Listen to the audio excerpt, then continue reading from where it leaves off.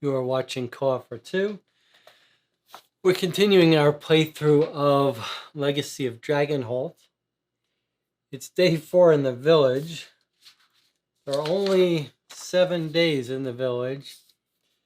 Day 3 was a short day, and we decided to linger around the village before going to save this kid who got kidnapped, Philip, and he died. Like we didn't even leave the forest. By the time we got to the forest, it was too late. He was already dead. And we got lectured to. Everyone was unhappy with us. We lost all our fame. This whole book, this whole quest, Whispering Leaves, was going to be about rescuing Philip.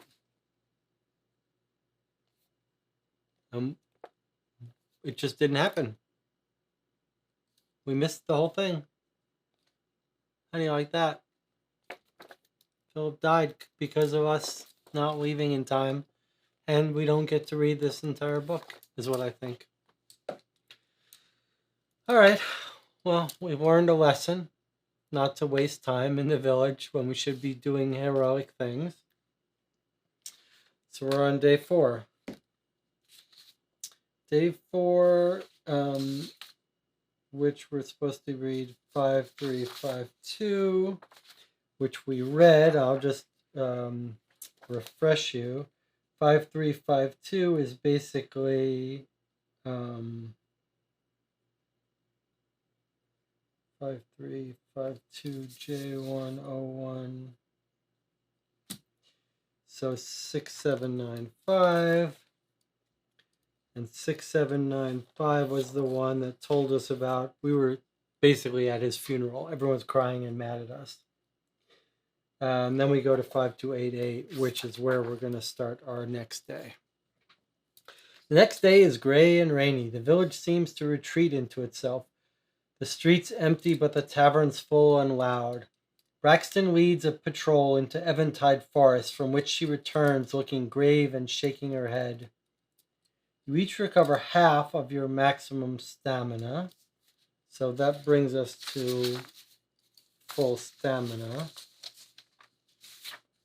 Since we were at 9, if we recover 7, we'll go back up to 14. I'll just mark this is our original maximum. Okay. You are awakened early in the morning by the voice of Scala, the orc shrine attendant. Harvest, he bellows as he walks the streets, shaking a dried gourd as some sort of rattle. The spirits have spoken, and it's time for the harvest. The whole village springs to life, doors flung open and people rushing about on errands. Sapphire seems to be going at a full run in and out of the kitchen, pausing only long enough to shove a ham steak and a pile of eggs at you. Eat up, she calls. The harvest has started. After your meal, you step outside to find most of the village gathering at the fields south of the Swan.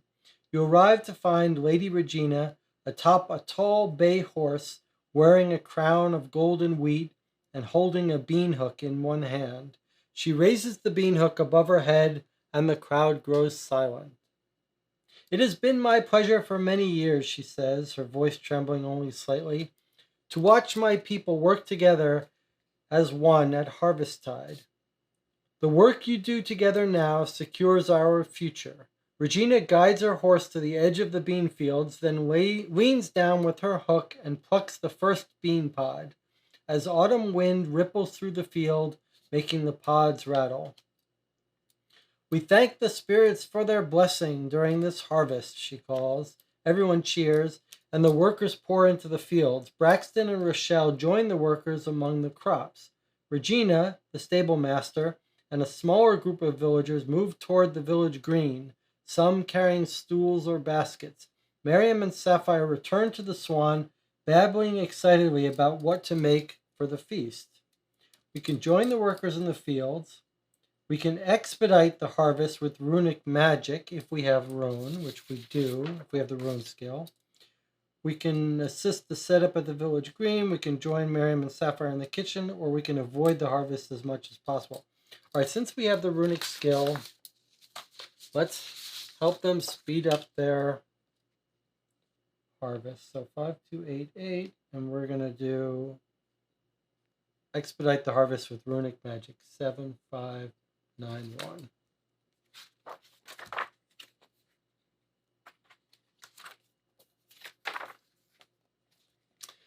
You draw out your growth rune, holding it in your cupped hand as you approach the closest bean plants. You feel the magic within the rune reach out to the crop field, and the plants begin to respond. Like fingers brushing across an unexpected hand in the dark, you feel some other magic within the field merge into your rune's effect. Taking up a basket, you walk down the row as each plant leans forward and politely drops its bean pods for you. The closest workers point and stare, and soon quite a crowd has gathered as you reach the end of your row with an overflowing basket. Two young farmers, a man and a woman, both human, run up to you, each holding a basket. Do that again, says the young man. You reach out with your rune again, and again feel the field's own magic respond. And this time the two farmers walk ahead of you, filling their baskets in short order.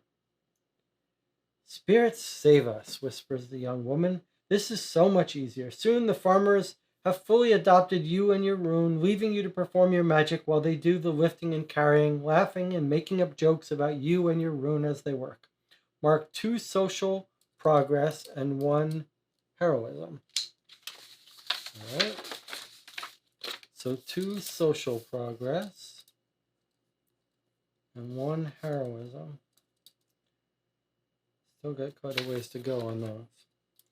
Around midday, Sapphire, Mariam, and a few others appear in a multi-drawn cart with enormous pots of porridge, baskets full of bread, and pitchers of clean, cool water. Children run up and down the rows, delivering food and carrying full baskets of beans away to dry, while the workers pause to eat and rest. Then you're right back to the harvest. Working together with the villagers, you finish the first field before sundown. Your back aches despite your magic making the process easier. You stagger with the other workers into the village green where an enormous feast has been laid out. Good, plain, filling food, and delicious given how hungry you are. Read entry 6476.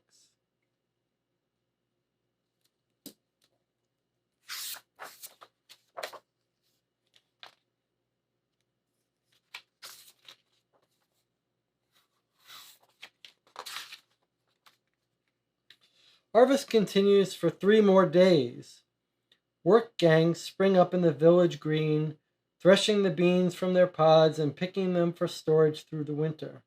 The village goats are set loose in the bean field, eating their fill of the remaining plants, and a team of oxen appears to plow under the fields. Harvest ends with a great bonfire and a feast on the market street. No venison this year, notes the old woodworker Theodore. Her ladyship won't have anyone hunting in the forest right now. Why, this reminds me of a story. Read entry 3385. So many days are passing. It's not the 4th day. It's many days have passed. Okay.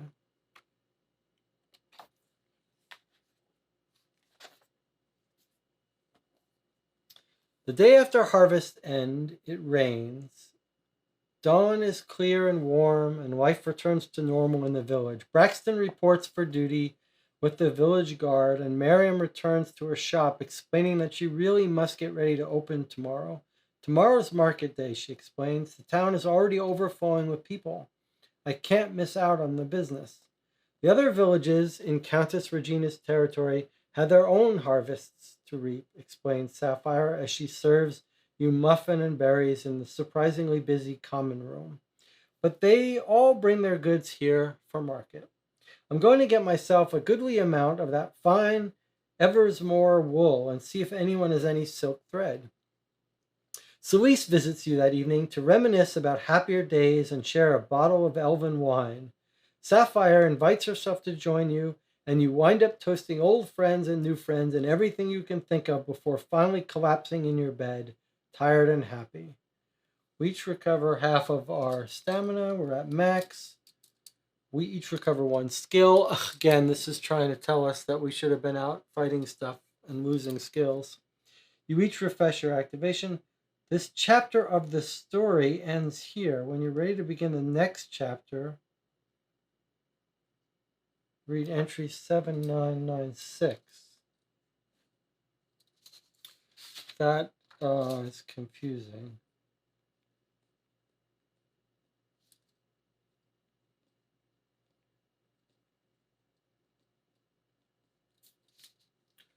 I'm not sure what that means. Does that mean the next thing we do has to be to read that, or it's wanting us to go do other stuff and then come back and do that? I'm assuming it means that we can take a break here, but the next thing we do must be 7996. So many days later, and now our adventure is continuing 7996, and it's saying you should have been going out doing adventures. So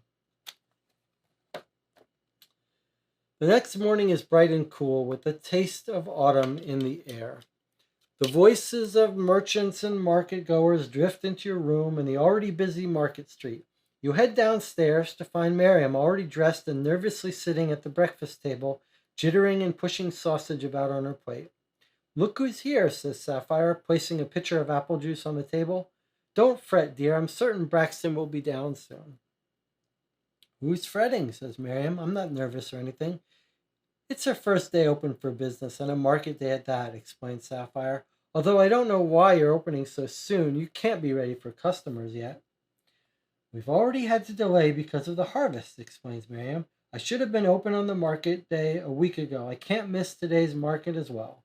The gnome stands and paces back and forth on the bench as you sit down to a breakfast of sausage, fried apples, and golden cakes with honey. "Where is Braxton? I should go up and get her." "You're not married yet," chided Sapphire. "Give the young lady her space. I suspect you won't be disappointed." "I hope not," says Braxton from the stairs. Her usual leathers and mail are gone, replaced with tall, freshly shined boots and a brilliantly white shirt under an embroidered vest. Her hair has been carefully piled up behind her head, held in place with a shining silver pin. She pauses, smiling as she sees the look on Miriam's face. "That is not a guard uniform," manages Miriam at length.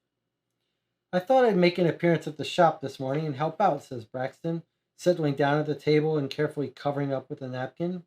"It's your first day. I wanted to do something special." She accepts a plate of food from Sapphire and then glances at Miriam shyly. "Do you like it?" Miriam breaks into a smile. "I like it very much." "If at least one of you is a gnome, or not, otherwise read 2816. Okay, 2816. No, we're elf, if you'll remember. 2816.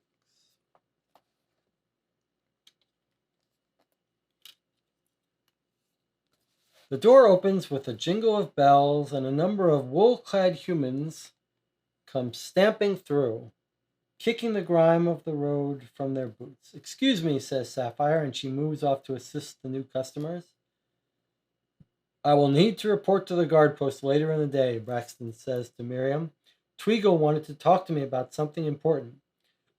"I'll make do without you, I suppose," says Miriam with a smile, "somehow. We can ask Miriam about the grand opening. We can ask Braxton about her position with the village guards. We can ask about their wedding, or we can finish our breakfast." All right. I want to ask about the village guards, 7483.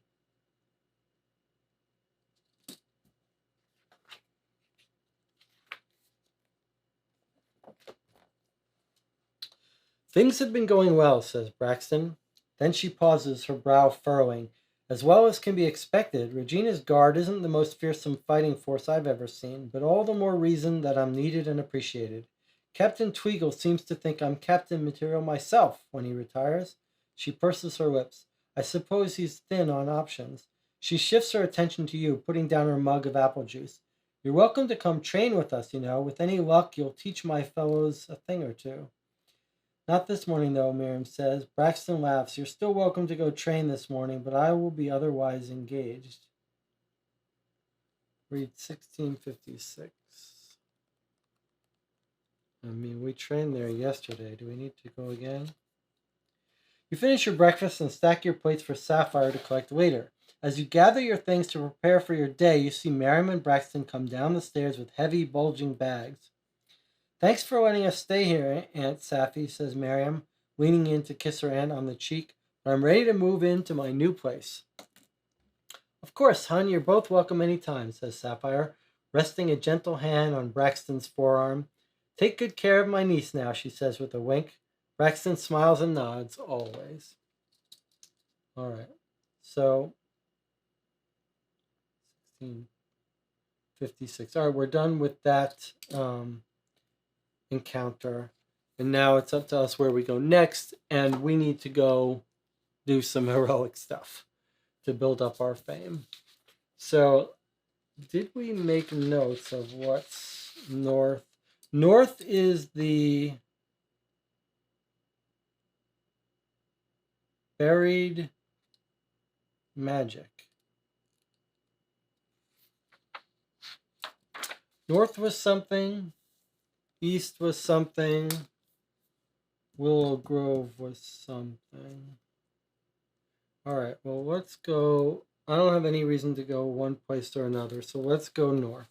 1260 Northern Road. No more messing about. We're going straight for some adventure. Although I would love to get... Let's see where our skills are.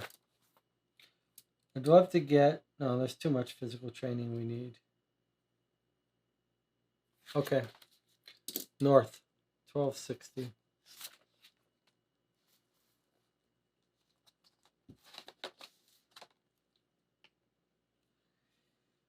Northern Road. A dirt road leads away from the village, running mostly straight across the rocky plain to the north until it disappears over rolling hills that give way to more mountainous terrain in the distance.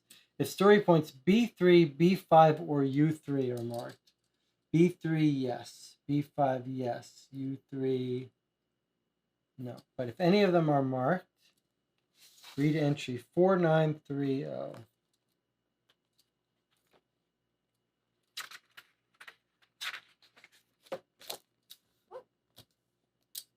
Armed with the approximate location of the rumored crypt, you consider a hike to the north. We can travel to the crypt, which requires story point S6 or U4. We don't have X6 or U4.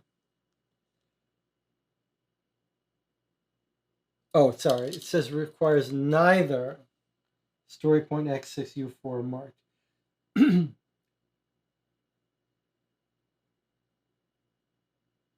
This encounter is complete. Read entry 1008 in the Crypt of Kharthuun. All right, so we're going to the crypt now. 1008. All right. So when we got to here, read 1008 in crypt. So we're going on a quest to the crypt. So the buried magic in the crypt. Let's take a look at this together. That looks pretty scary. There's wolves and crystal stained glass. Can you believe? I still can't believe we got that kid Philip killed. All right, 1008 says there's a little rule sidebar. Tracking quest. Each quest book has its own tracking sheet, which we know we've got printed out here. Whispering Leaves, we didn't do. Paper Faces, Crypt. Okay, so here we are here. Okay, you make your way north, over the rolling hills and into the highlands. You come to a canyon that cleaves the earth in two. A worn track winds its way down the crevasse to the scree-strewn floor below. Cliff faces looming to either side, you come upon the entrance to the crypt. Two large stone doors set into the face of the canyon wall, above which stands the figure of a noble warrior, carved from the living stone. Flanking the door are two statues of noble lupine beasts. Those are the wolves. You pull open one of the doors and enter the catacombs antechamber. Beyond the slanting pillars of light that stream in through the entryway, the room is dark as night. You light a torch to see by. Eerie shadows dance across dusty cobwebs that cover nearly everything in this shadowed hall. You can just barely make out some sort of decoration on the walls beneath the masses of cobwebs. You clear the webs away to find a mural beneath. It appears to have withstood the passage of decades. The mural depicts a great hero taming two wolf-like beasts, the spitting image of the statues outside. These two creatures are seen throughout the other murals, following their master faithfully. Clearing the webs from all the walls of the room, you see a grand narrative play out. The hero in the murals goes on to face numerous trials, standing tall against monsters of ever greater power and ferocity. The penultimate portion of the mural depicts the hero in battle with the mightiest of all monsters, a dragon of unfathomable grandeur. In the final panel, the hero defeats the dragon with what appears to be some kind of magical relic, but part of the mural has crumbled away and you cannot make out quite what the relic is. Leaving the mural behind, you spy only two passageways that lead away from the antechamber. You hold your torch high. The right passage goes only a few paces before being blocked by a cave-in. The passage to the left extends into the darkness beyond your torchlight. Okay, so we have option. We can follow the unblocked passage to the left or attempt to clear the blocked right passage.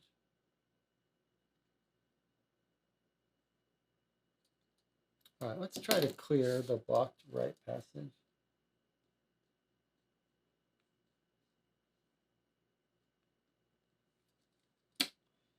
Blocked by a cave-in, huh? I mean, what's the odds that we're going to be able to unblock a cave-in? I don't know. Can we use some magic? What have we got? We don't really have physical stamina. I'm not going to try to do it. We don't have the strength. We don't have that super strength. So we're going to go to the unblocked one, 5961. I'm going with, what our skills are. I'm playing with our strengths, playing by our strengths, 5961. We're about stealth, right? Stealth, awareness. We're not about strength. 5961. You follow the passageway away from the antechamber. The light from outside is quickly drowned out by the oppressive darkness of the catacombs. You continue on by torchlight.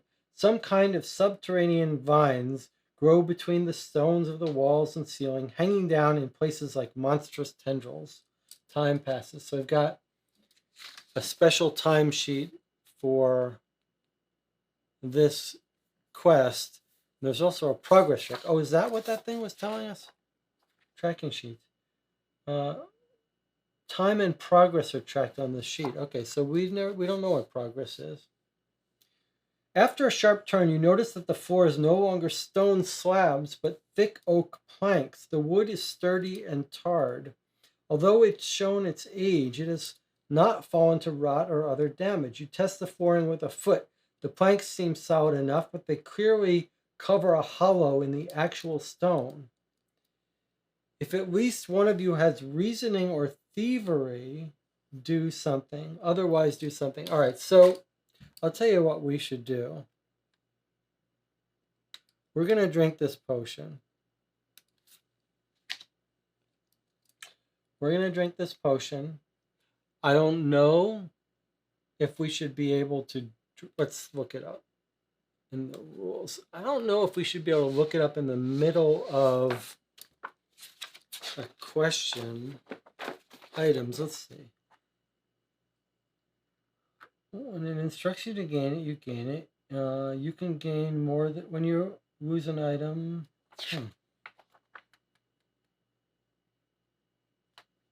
You may drink a potion at any time.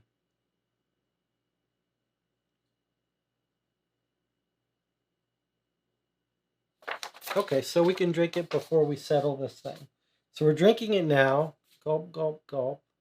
So now we get, for the rest of the day, we have agility, awareness, and thievery, which is what we wanted. All right, so we drank this. I'm putting this over here. Well, I'll put it I got to put it somewhere so we know we have it. So we have agility, awareness, which we already had, and thievery from potion. Okay, so we have that. We have thievery, so we read 6209.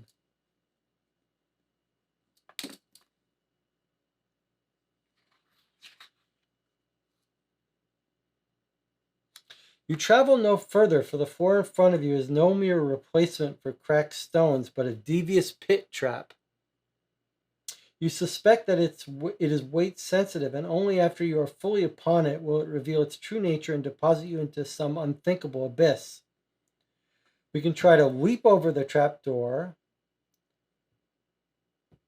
We could minimize the weight on the trapdoor as you cross if we have reasoning or stealth.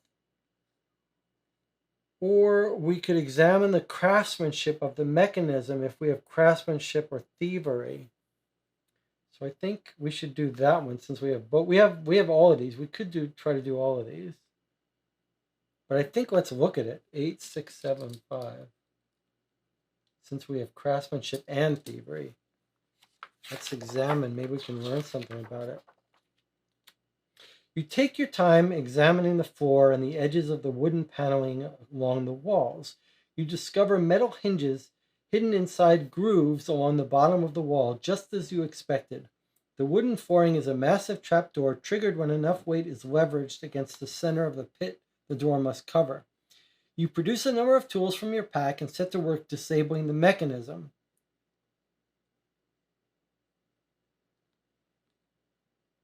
You jam the hinges in their locked state and disconnect the pressure trigger that pulls the locking pin. With that done, you're sure the way is safe. Time passes. You gingerly place your weight on the trapdoor and it holds, but of course it would. You've completely and utterly bested the creator of this foul device. Your stride picks up and you confidently march across the trapdoor victorious. However, after a few paces, you hear a distinct metal clicking. If you have devotion or willpower, which we do not, read this. Otherwise, 4773.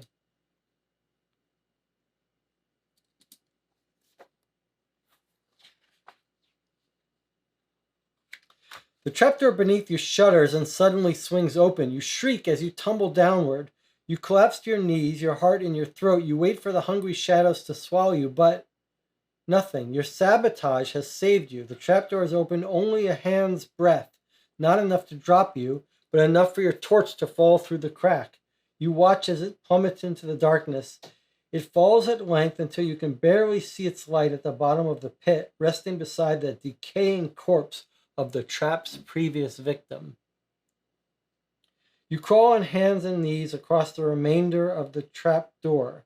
Upon reaching the stone floor on the other side, you sprawl out on your back, willing your heart and breath back to a normal rhythm. Time passes. Yikes, time is passing fast. We lose 2 stamina, which brings us to 12.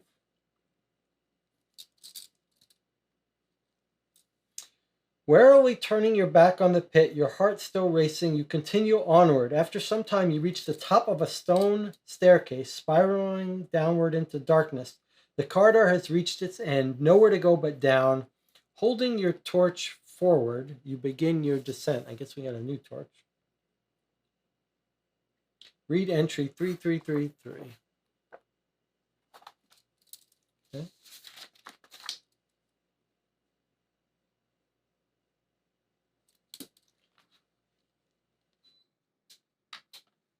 You reach the bottom of the tightly turning stairs. A long, wide corridor stretches out before you. Thick nets of white webbing fill the corners of the hall, rounding the edges until it looks more tunnel than constructed corridor. Alcoves, hardly large enough to fit the desiccated remains of long-dead souls, are set 3 high into the walls. The webs drape the buried niches like dusty white veils.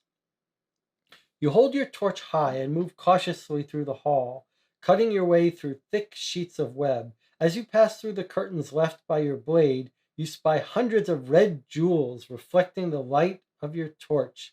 The jewels begin spilling out of the burial alcoves, and you realize they are no precious stones, but the eyes of too many foul, skittering creatures. Yikes. At the last second, you think to look above you, and you catch sight of two spiders, each the size of wagon wheels, descending toward you from the ceiling, sliding gracefully along impossibly thin strands of web. Okay, we could try to cut them down with our weapon. Cut the spiders down? Cut them down, literally, so they drop to us? Or cut them down where they stand and kill them? Or we can set the web ablaze with our torch, or we can scorch the hull with runic fire if we have Arcana, which we don't. Oh boy. Well, okay. I mean, I don't want to set these webs on fire. We have to walk through that whole thing of fire. That sounds dangerous for us. So cut them down with our weapon. It's time to fight these spiders. 5717. We're going to fight them. Although, yeah, I guess we have dueling and we have, 5717. Here we go. The spiders raise their front legs in challenge as they slither atop you. You slash up at one, batting it to the side, its trailing web snapping with the blow. It lands heavily on the floor, but with a blur of sickening staccato motion, its too many legs flail as it rights itself. You strike again, crushing it and leaving it with chitinous legs twitching. Okay, so we killed one. 5584. That one was easy.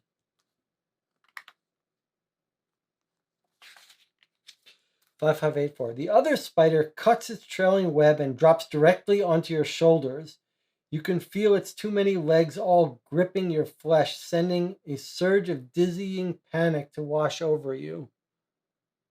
Before you can react, it sinks its venomous fangs into your shoulder. You scream and knock the foul thing against the wall, but your arm is already going numb. You lose 4 stamina. Whoa, it got us with poison. 4 stamina, we're down to 8. It's time to drink one of our potions. There is a crack of thick chitin, and the spider loosens its hold on you. It catches itself on a web and skitters behind you. If you have willpower, which we don't, read this. Otherwise, read this. All right, I'm going to drink one of our potions. We've got 6 of them. So I'm cutting us down to 5, which gives us half of your maximum stamina. So now we're back at max 14. Okay. Otherwise, 8, 4, 5, 6.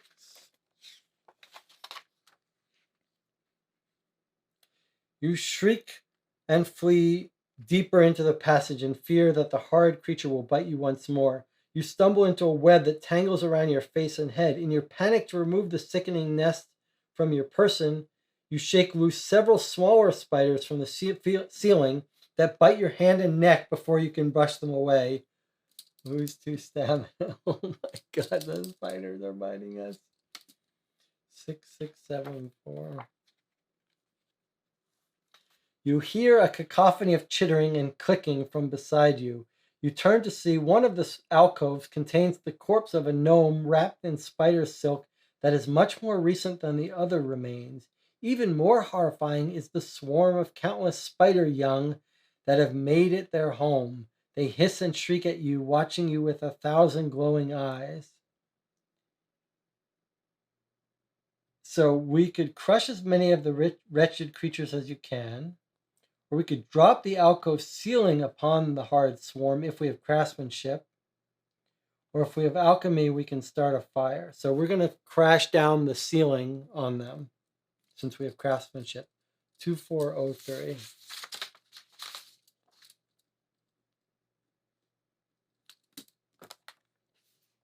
Seems like the best way to go.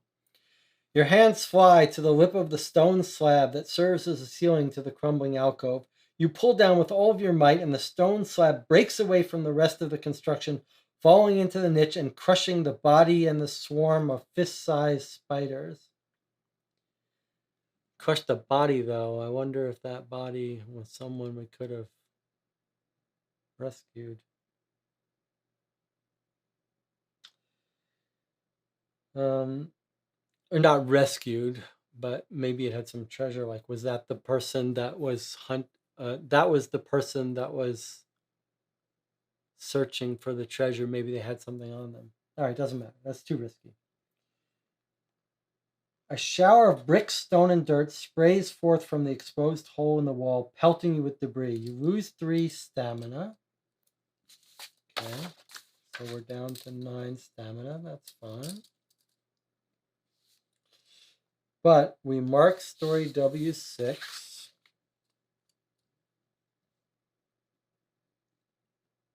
And read entry 3778.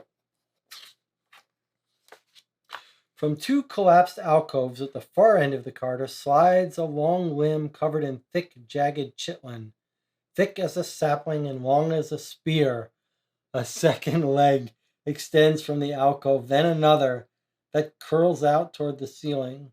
The 3 limbs reach outward, pulling behind them an armored carapace the size of a wild boar. 5 more eerily long legs trailing behind, pushing the bulk forward.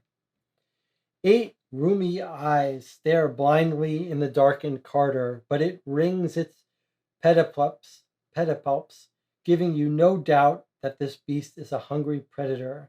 An otherworldly sound swells from the massive beast, sending a shiver down your spine and turning your bowels to water.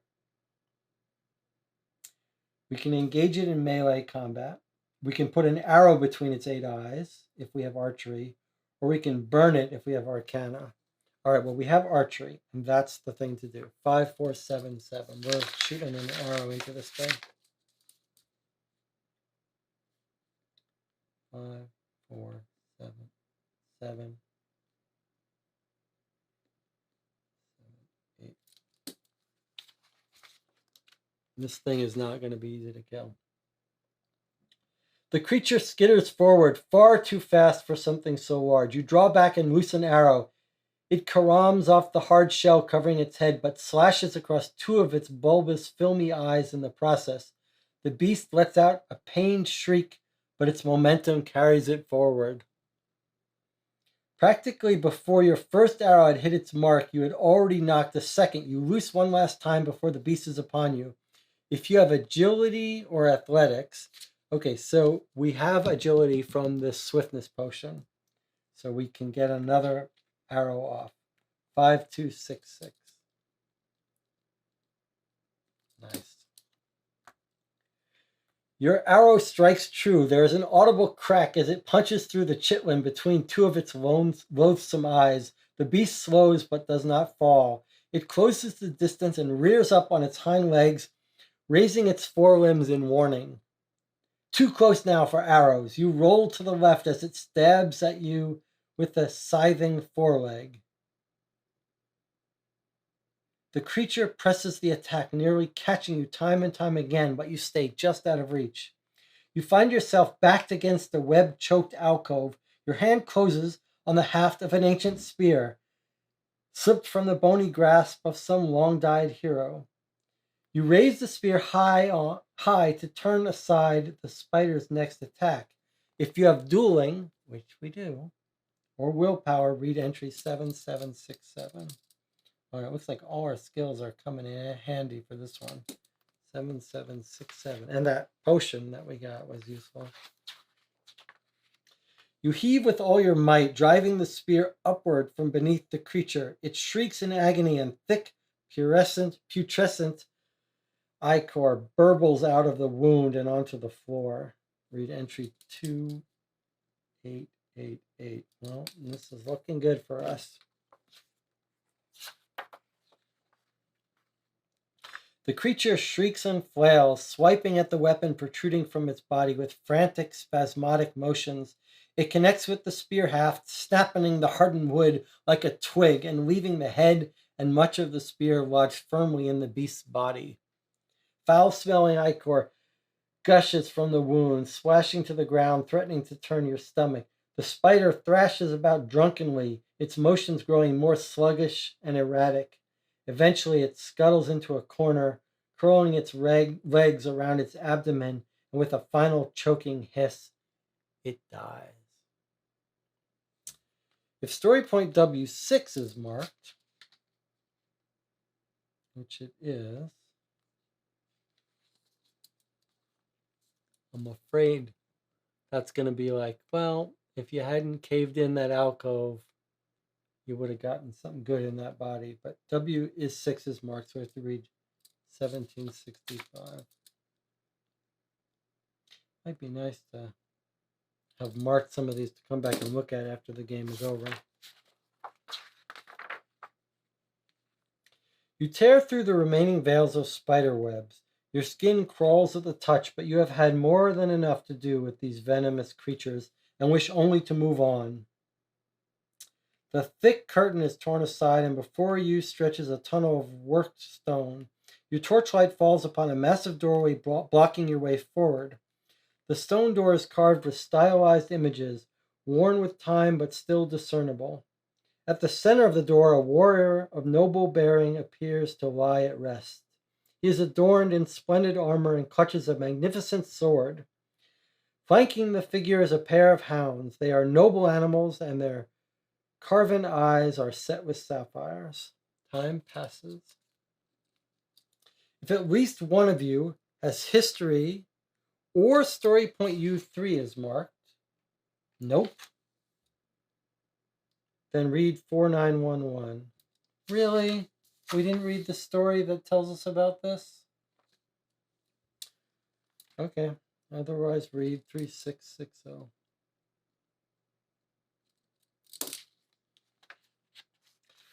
Laying your hands upon the doors, you recoil sharply. You fear that you may have left flesh frozen to the door, so sharp and cold was the pain of contact. You look down at your hands and see that they are still intact. Gritting your teeth with resolve, you put your covered shoulder against the door. You can feel the cold through your clothing, but you can withstand a few moments of it before the frostbite sets in. As the doors grind open, a creeping chill emanates from beyond its stone frame. Peering into the chamber's gloomy darkness, you can't be sure if it's your imagination or the flickering light from your torch, but something seems to dart from shadow to shadow just at the edge of your sight. The room itself is huge, its ceiling lost to darkness. Pillars flank the center of the room, forming a processional toward a distant dais upon which rests a stone sarcophagus flanked by a shallow stone brazier. You step across the threshold and feel a chilling presence crawl across your skin as an icy grip seizes your heart.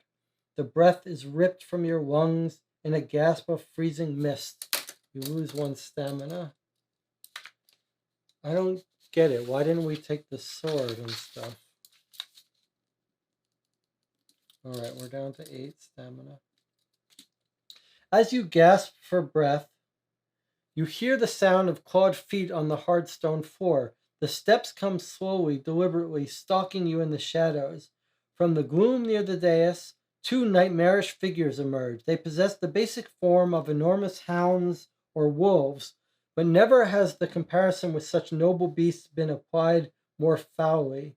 Rotting, frostbitten flesh hangs in shreds about the bones of the creatures before you. Their milky eyes seem illuminated by some deathly glow. In unison, the creatures raise their heads and howl. The stagnant breath of their shriveled lungs erupts from the maws in a cloud of icy mist.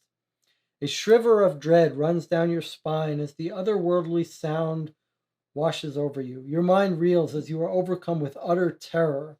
You tremble as the howl ends and hope you will never hear such a cry again. You disable one of your skills. Well, what skill should we disable? I'm going to disable persuasion because I don't think these guys are persuadable. Read entry 8811.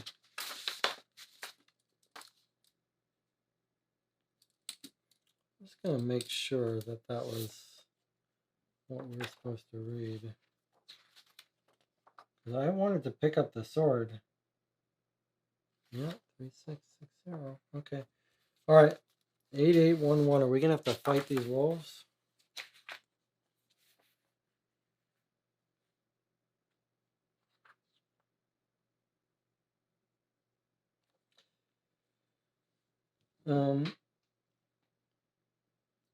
Okay. As the beasts cease their howling, they lower their heads and look at you with their dead, frozen eyes. The howl echoes eerily in the chamber as they begin loping towards you, their rotting tongues hungrily licking their bloody maws. We can brace ourselves. We can shoot them down before they reach you with archery, or blast them with alchemy, or inspire courage with a bardic song. No. So we're going to try to shoot with an arrow. Shoot them down before they reach you. That sounds like a trick statement. Like, shoot an arrow, yeah, but shoot them down before they reach you? Like, I know that's not going to happen. So is it trying to trick me? 9945.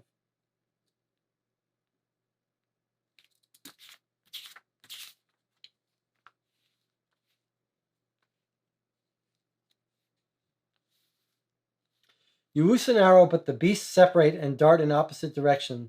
Your arrow clatters up the stone floor where they had been. You track the motion of one, then the other as they sprint into flanking position on either side of you. You knock an arrow and focus your attention on one of the beasts first.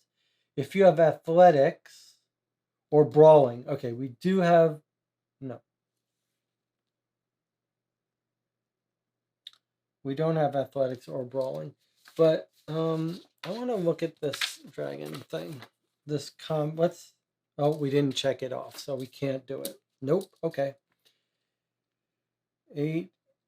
If we had had that, could we have trained it up at this moment? Let's see what it said. At any time. So if we had crossed off this combat training, we could have given ourselves brawling right now, but we didn't. Okay, 8668.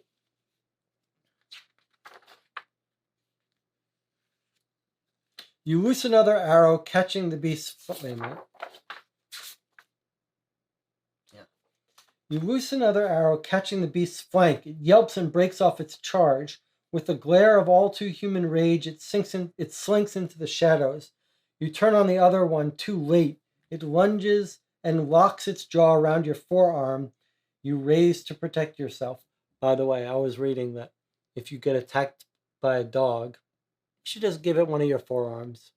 Like, let it chew on that and destroy it. Like, that's the safe way to survive, to live from a dog attack. Just like give it that bone. Be like, okay, forearm bone, goodbye. Let it gnaw on it, eat it. And while it's busy, I mean, that will keep you alive. You'll lose your forearm, but maybe that's the best you can hope for. With a powerful yank, the beast throws you to the floor. You scramble for anything to protect yourself. You grab an arrow from your quiver and stab it into the beast's neck. A gurgling snarl erupts from its throat as it loosens its hold on you and darts away. You lose 4 stamina, which brings us to 4.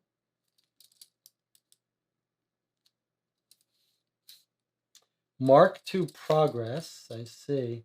There's 14 progress we have to achieve. We just got 2. Read entry 9236. All right, before we do, we're drinking another healing potion. So we have 4 healing potions now, and we have 11 stamina. Okay, 9236. The hounds begin to circle you just beyond the edge of your torchlight, their eyes glowing with icy blue flames. One of the beasts stalks you with the faintest of limps, and you see exposed bone of a hind leg where a patch of flesh has fallen away. Strangely, they do not move in to attack, only circle and watch. We can engage one of them. We can try to fire an arrow at the injured one, or we can throw a ball of fire if we had Arcana. All right, we're sticking with our archery. 6747. When in doubt, use archery, because we have all the helper archery stuff now. We have awareness, we have agility. 6747, strike at distance. We're elf. That just seems like a no-brainer. You draw back your bow, taking aim at the injured creature. You loose, but the beast is unnaturally deft and dodges. You knock a second arrow and draw back, this time making sure to lead the beast a good deal, hoping to trick it into diving into the path of your shot. If you have awareness, which we do, read entry 5380.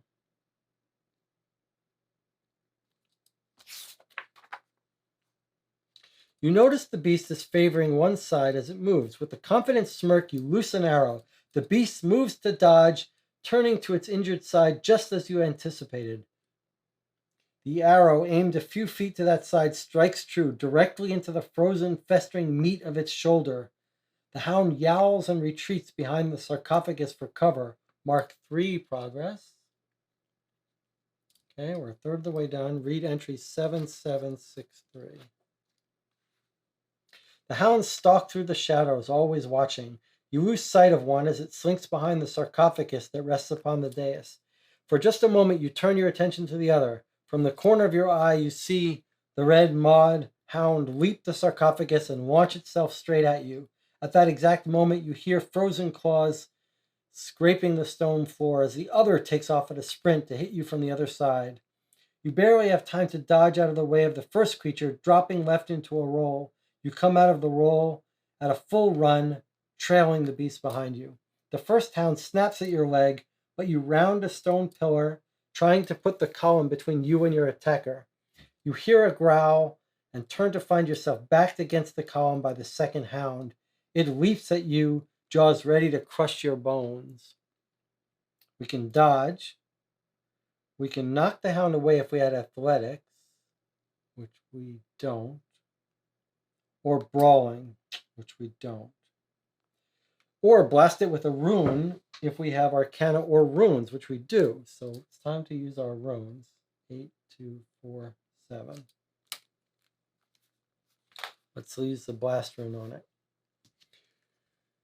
You take up the first rune shard you can reach in the moment before the beast lands atop you. With a mighty upward swing of your arm, you channel the power of the rune into your swing. The explosive force of the blasting rune sends the beast hurtling into the ceiling, but leaves your arm aching and your fingers numb. You lose 1 stamina. Okay. Down to 10. That's fine. The other hound circles the column, rotten lips pulled back in a corpse's snarl. Controlling the rune for a second blast could be devastating, both for you and the structure of the room. The creature lunges, and you have no time to retrieve another rune shard. If you have both arcana and runes, you can do this, which we don't. Otherwise, 4, 7, 9, 8. Okay. 4, 7, 9, 8. Let's see what this is all about. Acting almost entirely on instinct, you unleash a catastrophic burst of force from the rune. You had no time to exert control over the forces you unleashed, and as the leaping hound is thrown back by the blast, you too are hurled hard through the column behind you. The sound of cracking and grinding stone fills the chamber as the ceiling above the toppled pillar begins to give way. You lose 4 stamina. Mark 3 progress. 1, 2, 3. All right, 6 more progress left, but we lose 4 stamina, which brings us to 6. I'm going to eat another healing potion, which brings us to 13, and brings us down to 3 healing potions. Read entry 3291. No longer supported by the collapsed column, heavy stone slabs in the ceiling shake loose and tumble to the floor, showering the ground around you with deadly debris. You raise your arms to ward off the blows, but several of the falling stones strike you and the hounds. We each lose 2 stamina unless we have agility, which we do, so we don't lose 2 stamina. If 8 or more progress has been marked, 1, 2, 3, 4, 5, 6, 7, 8. It has. So then we get to read 7952. I think we've killed these wolves with this debris.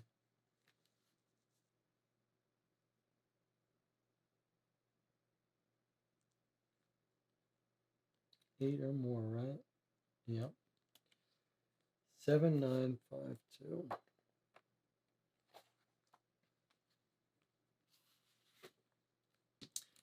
Let's read this together. As the dust settles, you push yourself to your feet and look around frantically for your foe. Crushed beneath a pile of stone debris, you see the motionless form of one felled lupine creature. Dragging itself from beneath a large slab of fallen stone, the other fixes its hateful gaze upon you. The beast pads over to the dais, seeming to fortify itself in its proximity to the stone sarcophagus. The hound raises its head, its frozen jaws cracking and popping as its maw distends disquietingly far. As the beast's exposed ribcage expands, lungs filling with frosty air, the chill air of the burial chamber seems to swirl and blow toward the creature. Another unearthly howl builds within its chest.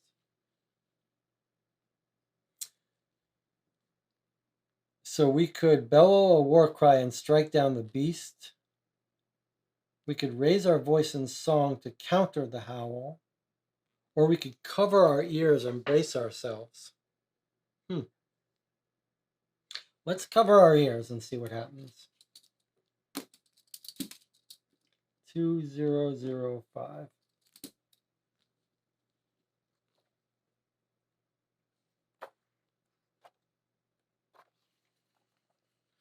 The terrible cacophony of loss and despair erupts from the creature's distended maw. You cover your ears and scream, doing anything you can to prevent yourself from hearing that soul-rending sound again. But so awful is it that even through the cupped hands you can hear it. Utter despair overwhelms you. You lose 2 stamina. Okay, brings us down to 11. Not so bad. Read entry 1350. This is a serious battle we're engaged here.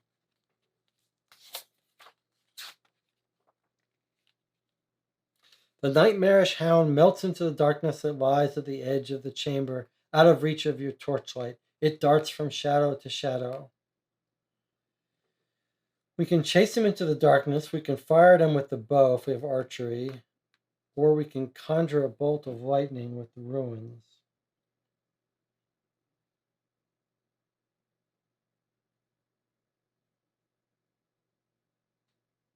Let's use our ruins again, 8100. I mean, I know I said we should go all archery, but I feel like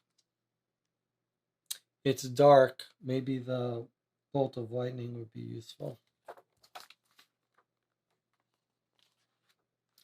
You palm your lightning rune and focus on the sounds in the darkness, waiting for the beast to show itself. In an instant, you catch sight of the hound as it bounds from behind a stone column, and you release the fury stored within the rune shard. An arcing bolt of lightning cracks upon the chill air, illuminating the entire room and leaving you blinded in the darkness that follows. You take deep breaths to steady your irregular heartbeat and flex your hand and arm, willing sense back to your dulled nerves. You lose 1 stamina, which brings us to 10, and mark 3 progress. Only 2 progress left. Sorry, 3 progress left. If 14 progress has been marked, 8, 9, 10, 11, nope. Otherwise, 8, 2, 9, 3. The hound rallies and sprints to the sarcophagus, leaping upon it to glare down upon you with hate-filled eyes. The blue flames in your foe's eyes burn brightly. Something about the effect is hypnotizing. You find yourself slow to react as the beast suddenly charges you. You can receive the creature's charge if you have military or willpower, which we don't. or blast the hound with runic magic, or wrestle him to the ground. All right, let's use our runes again. They seem to be working pretty well. 8063. We seem to get injured a little when we use our runes. In the moment you have before the beast's jaws crush your skull, you grasp a rune shard in your pocket. The uncontrolled explosion that issues forth sends both you and the hound hurtling through the air. Your back strikes a column and you slump to the floor. The hound smashes into the back wall and falls behind the sarcophagus and out of sight. You lose 4 stamina, which brings us to 6. But we mark 4 progress, which is enough to finish all the progress. If 14 progress has been marked, read 1124. Okay, so we did it. That was a serious battle. Maybe it's not over. I don't know. You know not how long you were out of your senses, but when you wake, you are chilled to the bone. The cold of the chamber has seeped through you. You fear you may never know warmth again. You pull yourself shakily to your feet. Leaning heavily on the pillar behind you, you make your way slowly to the dais, rounding the sarcophagus. Behind it, in a broken and bloody heap, the remains of the second hound lie still and silent, the blue fire in its eyes snuffed out for good. Read entry 9991.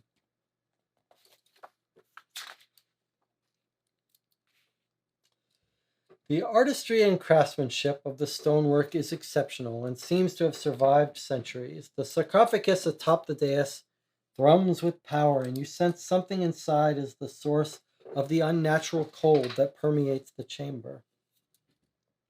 The burial vessel is locked with 4 stone seals. You remove them each in turn, and as the 4th is lifted from the sarcophagus, a deep winter's chill begins to seep from under the stone cover. The lid is unfathomably heavy, and removing it is only possible in slow, agonizing increments. Eventually, you are able to pry the sarcophagus open. A breath of wintry cold air wafts out of the casket, chill mist pouring onto the ground. The blue coals in the braziers kindle to life with flames that seem to pull the heat from the chamber. Inside rest the remains of an ancient warrior, covered in a burial gown that has all but turned to dust. The skeleton is clutching a jagged shard of crystal inscribed with a runic symbol. The interior of the sarcophagus is rimmed with hoarfrost. You reach to take up the rune-bound shard, but recoil as touching the crystal burns your skin with cold. You retrieve a sheepskin from your pack to scoop up the prize without harming yourself. As you lift the rune shard from the sarcophagus, you can feel its power even through the sheepskin. The icy flames in the braziers die down as the shard seems to absorb their light, and the room's unnatural chill begins to fade. By the time you reach the doors, you can hear the dripping and running of tiny streams of water, the frost covering the chamber having melted in mere moments. You gain the frost rune, which is item I. Go look at that. Mark entry point as 6.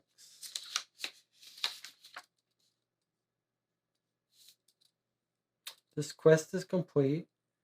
Read 7752 to in village after Crypt. All right, so let's take a look at what this is. A frost rune. This powerful rune-bound shard can create ice, snow, and mist. The stone is always cold to the touch, and frost and dew collect near it in the pre-dawn. Okay. Put that in our supply. And we finished with this. That was quite fun. That was a real battle. Still did not make up for letting Philip die, though. All right, let's read 7752 in the village book and see what that says.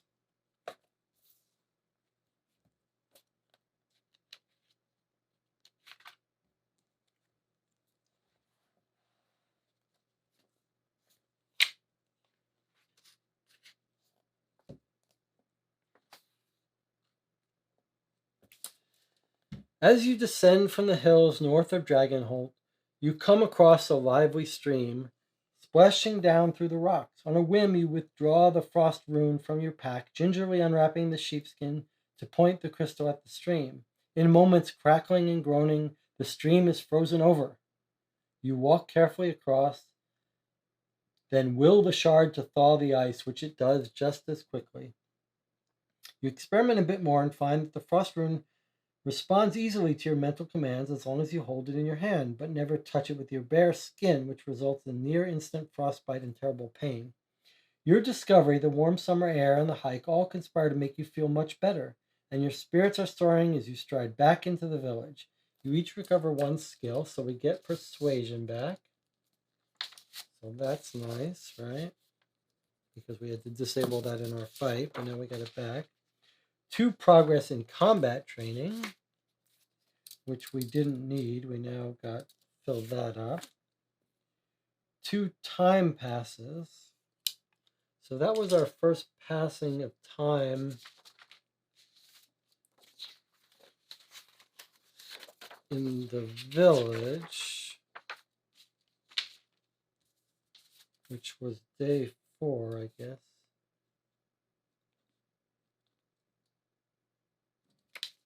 Okay. Encounter is complete, and we're back in the village for day 4. And that will end this episode of the Legacy of Dragonholt. So we finished the Crypt of Kharthuun, and we got the Frost Shard. It's interesting, constantly I'm feeling a little bit of missing out on the paths we weren't allowed to go down because we didn't have story points marked, or because we were too slow to react to Philip and we didn't go save him. But that's going to be our life lesson going forward. We're just going to rush headlong into danger. But we beat it. We beat the spiders and the wolves. Those felt like real battles, right? Those weren't just a one-off, we did the right thing, it killed it. It was fight after fight after fight, and we ate up 2 or 3 of our healing potions. That was a bit scary, but we're fine. And I'm looking forward to going for more quests. So I'll see you on the next episode.